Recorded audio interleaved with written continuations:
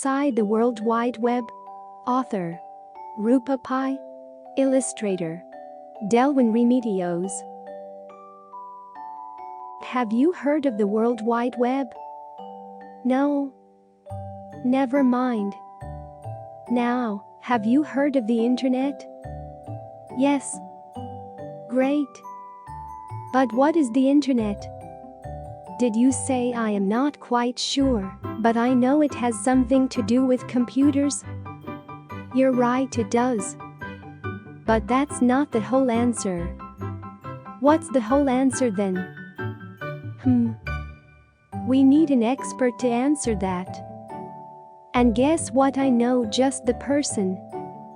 She's usually to be found near a computer, so let's go straight to the computer now.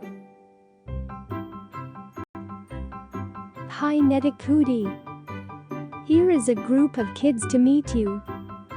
Come on out, wherever you are. There you are. Go on, kids, say hello. And don't be fooled by her cuteness and her size. She holds a lot of information in her little head. So Nettikutti, here's what everyone wants to know. What is the internet? Ooh. Big question. Let's see how I can put it simply.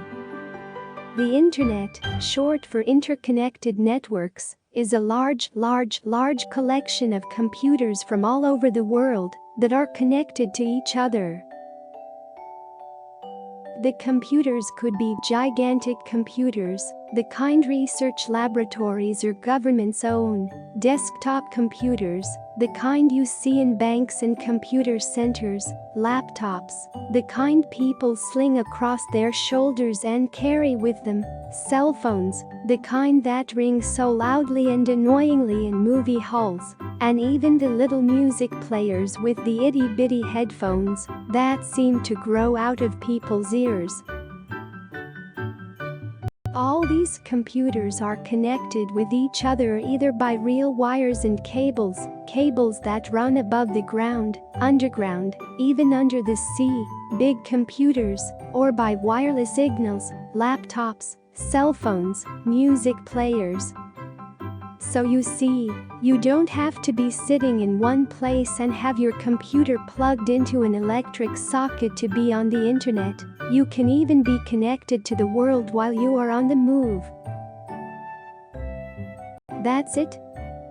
We thought the internet was about talking to friends and downloading film songs and booking movie tickets and looking for information for school projects and finding the telephone number of a hospital. But that's not the internet. All that is part of something truly magical, something called, wait for it, the World Wide Web. This World Wide Web, let's call it W3 for short, is a large collection of what are called pages. There are some 40 billion public pages on the W3 now. A page could contain information in the form of words, numbers, photographs, songs, video clips, and more. This collection of pages, or the W3, sits on the internet, in those millions of computers and cell phones and music players. The internet is a network of networks made up of computers, laptops, tablets and mobile phones. W3 is a collection of connected pages that is on the internet. So the W3 is not the internet itself, but one part of it, the coolest part. If you think of the internet as a restaurant, then the W3 is the most popular dish on the menu. And the spoon that helps you dig into this dish and get to your favorite bits of it is called a web browser. Oh. Now you've made us hungry, Nettikutti. But do tell us more about what makes the W3 so popular. Sure. The W3 is super exciting because it includes email, which allows you to send letters to anyone anywhere in the world and have them receive it in under a minute. The same letter, if you were sending it to someone in America, say, would have taken 15 days to reach him if you had mailed it through a post office. And it would have cost you a lot of money too. But email is free. Search, which helps you find useful and useless information on a million different subjects. You may want to know which states the river Ganga flows through, or see what the Statue of Liberty looks like. You may want to hear the latest film song of your favorite actor, or watch an episode of a serial that you missed. You may want to find out the score in the T20 World Cup, or see if there are tickets available on the Mumbai-Pune train tomorrow. If someone whose computer is connected to the internet somewhere in the world has decided to share this information with the world and put it on the W3, you will be able to find it instantly and for free.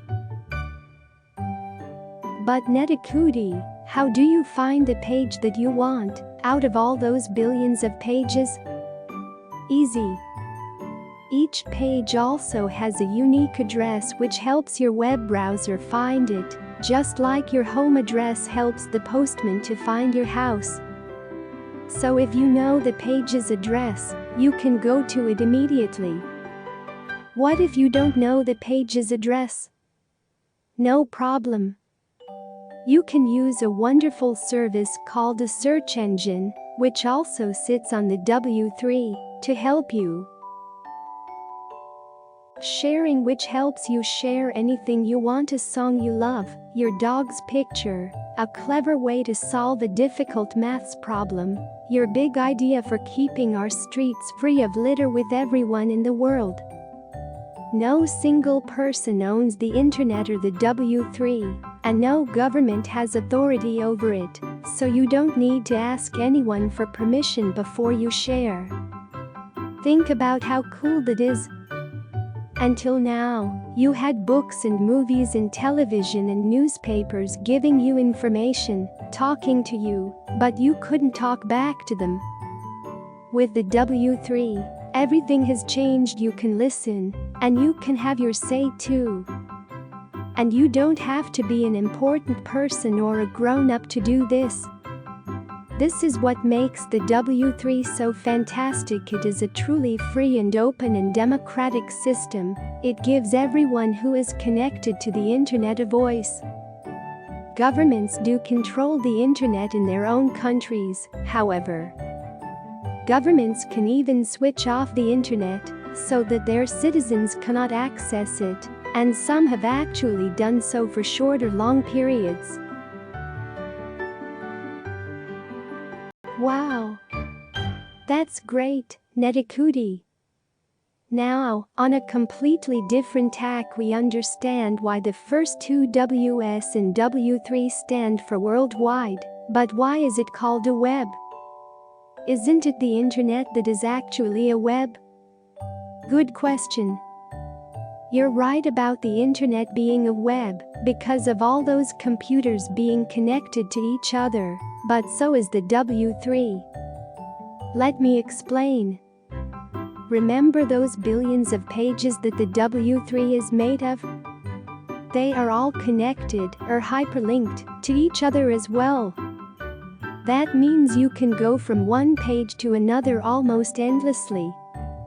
Do you see now how the W3 is also a web, a humongous web of knowledge and information and entertainment for all humankind to enjoy and use? We do. Now we have to know who was the super brain who came up with such a wonderful idea. I thought you'd never ask. For the answer to that question, we have to go back in time some 20 years to a nuclear research laboratory called CERN in Switzerland. Many scientists there, and across other labs in Europe, were working on projects together, but there was no way to share their work with each other quickly and easily. They would have to actually travel to each other's labs, or use the post office and courier services to let their teams know how far they had progressed. One of the scientists at CERN, Tim Berners-Lee, was getting a little fed up of this, so he decided to figure out a way to share information better and faster. He came up with a big idea called hypertext, a way of linking information on computers together to do this. The idea worked really well for CERN, and everyone was really happy. And then Tim Berners-Lee had his second big idea. He felt his invention would benefit other people as well, and that it would be selfish to limit it to CERN. He talked to the authorities at CERN and persuaded them to let him share the idea of hypertext with other scientists all over the world, for free. They agreed. Berners-Lee shared his idea and urged everyone he shared it with to improve it or add to it as they wished. The idea of being able to access and share information from anywhere on Earth instantly was so powerful and so attractive that a lot of people began to use hypertext. Since anyone could use their own ideas to make it better, people all over the world felt they owned the internet, that it was theirs.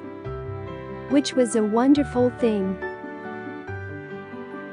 By 1993, the W3 had exploded, with millions of people beginning to use it. Today, more than 2 billion people use the W3 in some way that is almost 1/3 of all the human beings on the planet. Hmmm.